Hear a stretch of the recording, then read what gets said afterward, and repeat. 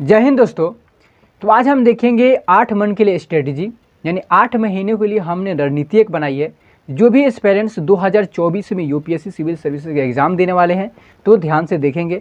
अगर आप 2024 के लिए 2025 में देने वाले हैं तो आप वीडियो को बिल्कुल नहीं देख सकते हैं, आपका ये वक्त ज़ाया ही होगा। ठीक है, ध्यान से आप देखेंगे।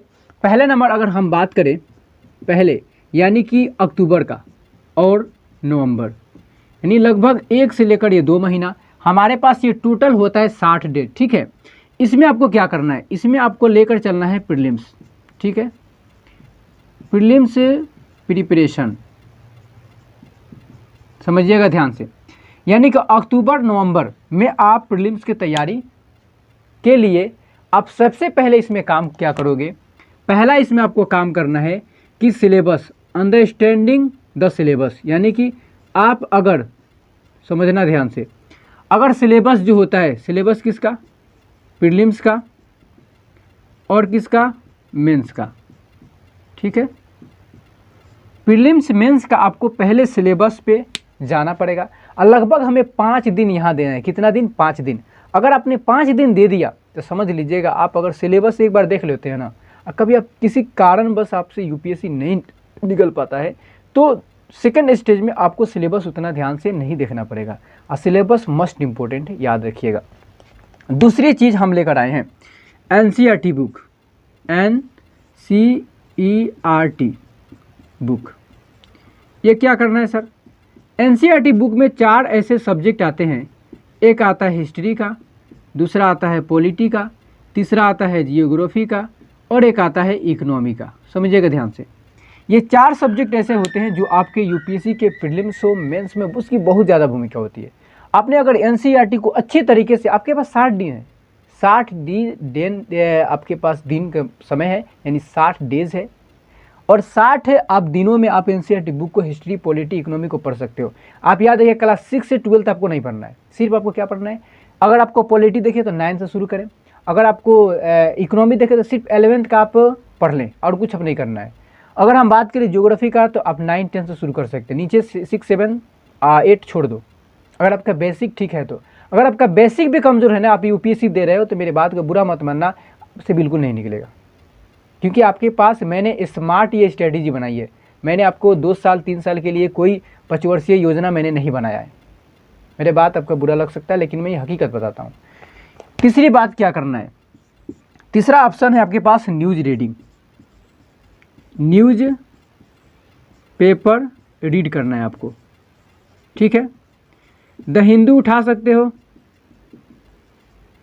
इंडियन एक्सप्रेस उठा सकते हो। ठीक है, बहुत सारे आपको पेपर मिलेंगे न्यूज़पेपर, उसको आप उठाओ और आप क्या करो, रीडिंग करो। क्यों आप बोलोगे रीड क्यों करें, क्योंकि आप इकोनॉमी एक ऐसा सब्जेक्ट है ना, अर्थशास्त्र इकोनॉमिक कि इकोनॉमिक अगर आपको समझना है, इकोनॉमी याद रखिएगा, तो आप न्यूज़पेपर आपको रीड करना पड़ेगा। क्योंकि जब प्रीलिम्स में बैठोगे एग्जाम में ना, तो ऐसे ऐसे क्वेश्चन वो डालेगा कि आपको उसका हिंदी ट्रांसलेट यूपीएससी खुद ऐसा कर देगा ना, आपको समझ ही नहीं आएगा।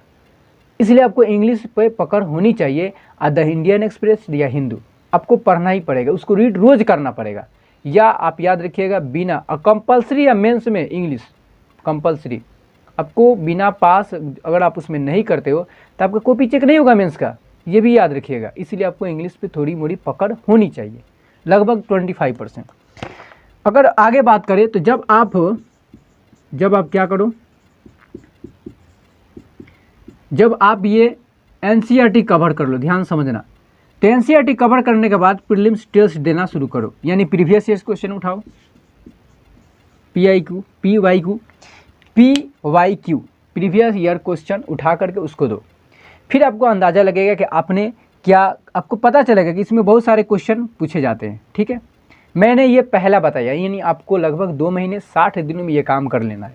अगर आप सच में 2024 में एग्ज़ाम देना चाहते हो तो ये 4 चीज़ें आप लिख लेना अपने डायरी वोरी में। ठीक है, इसमें लगभग आपको कितने समय मिलेगा,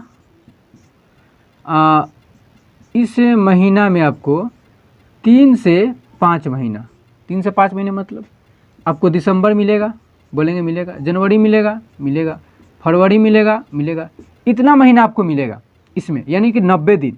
90 दिन में आपको क्या करना है, प्रीलिम्स, सिर्फ आप क्या करोगे इसमें, प्रीलिम्स की तैयारी करोगे। क्या करना है मैं बताता हूँ। और आपको डेप्थ में जाना है। किस में जाना है? डेप्थ में। प्रीलिम्स का प्रिपरेशन करना है, लेकिन गहराई में इसमें आपको जाना पड़ेगा। क्वेश्चन कहाँ से आखिर यूपीएससी पूछ सकता है।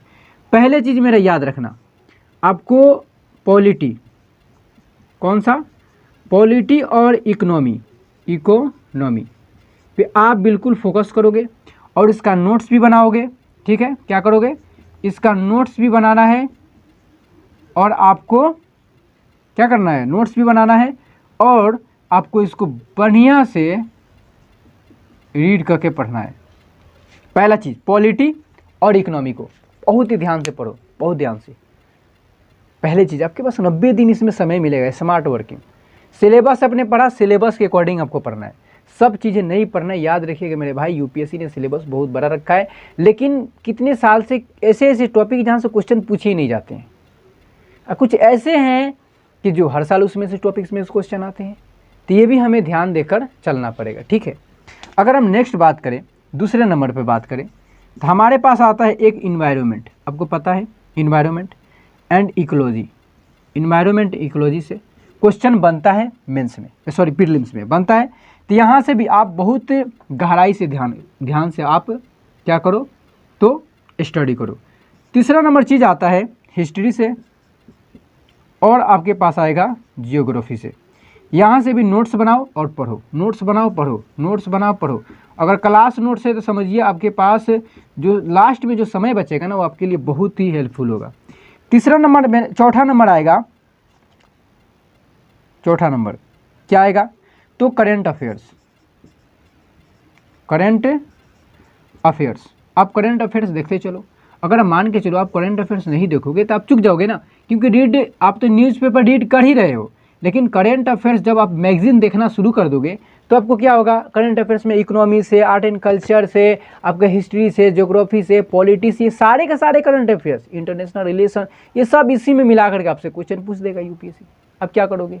इसलिए करंट अफेयर्स भी आप ध्यान में लेकर चलोगे। आगे आता है सबसे 5 नंबर बात। मेरी बात को ध्यान से समझना है। यहाँ पे मैं लिखता हूँ ई नंबर। क्या करना है आपको? तो मॉक टेस्ट देना है। मॉक टेस्ट यानी प्रीलिम्स के लिए मॉक टेस्ट दो। अब मॉक टेस्ट स्टार्ट करो, रोज मॉक टेस्ट दो, रोज दो, रोज दो, रोज दो, रोज दो। अगर मॉक टेस्ट में आपका समझ लीजिएगा आने लगा, कितना आने लगा? कम से कम 100 क्वेश्चन में से 60, 70, 80, 70, 80 आने लगा ना, तभी आप प्रीलिम्स देना। वरना प्रीलिम्स में बैठोगे, अपना वक्त जाया करोगे और अपना एक अटेम्प्ट भी खराब करोगे। कम से कम 80 क्वेश्चन अगर आपने हॉल नहीं कर रहे हो तो कभी प्रीलिम्स मत देना, कभी भी, क्योंकि आपका अटेम्प्ट खराब होगा। ये बोलता है ना, एक बार कोशिश करो, नहीं मेरे भाई, ये आपका अटेम्प्ट खराब होगा। मॉक टेस्ट क्यों दिया जाता है? ये पता चल करने के लिए, क्या मैं इसके लिए एलिजिबल हूँ, क्या मैं इसके लिए तैयार हूँ या तैयार नहीं हूँ। तुरंत किसी को समुद्र में नहीं भेजा जाता तैरने के लिए, पहले उसको तालाब में बोला जाता है इसमें तैरो, क्योंकि कोई भी उसमें बच जाएगा, निकल जाएगा बच करके। लेकिन समुद्र में डाल दोगे, अगर तैरने नहीं आता होगा तो डूब जाएगा ना। इसलिए पहले तैरना सीखो। ठीक है, आगे हम बात करें सबसे, यानी कि 6 से 7वां महीना, यानी तीसरा स्टेज हमारा क्या है? तीसरा स्टेज है यानी कि 6 और 7 इस महीना में, यानी कि हमने फरवरी देखा, अब यहाँ पे देखना पड़ेगा मार्च और अप्रैल। ठीक है, अप्रैल में अब क्या करोगे? अब यहाँ पे आप थोड़ी सी मेंस में जाओगे, समझना ध्यान से।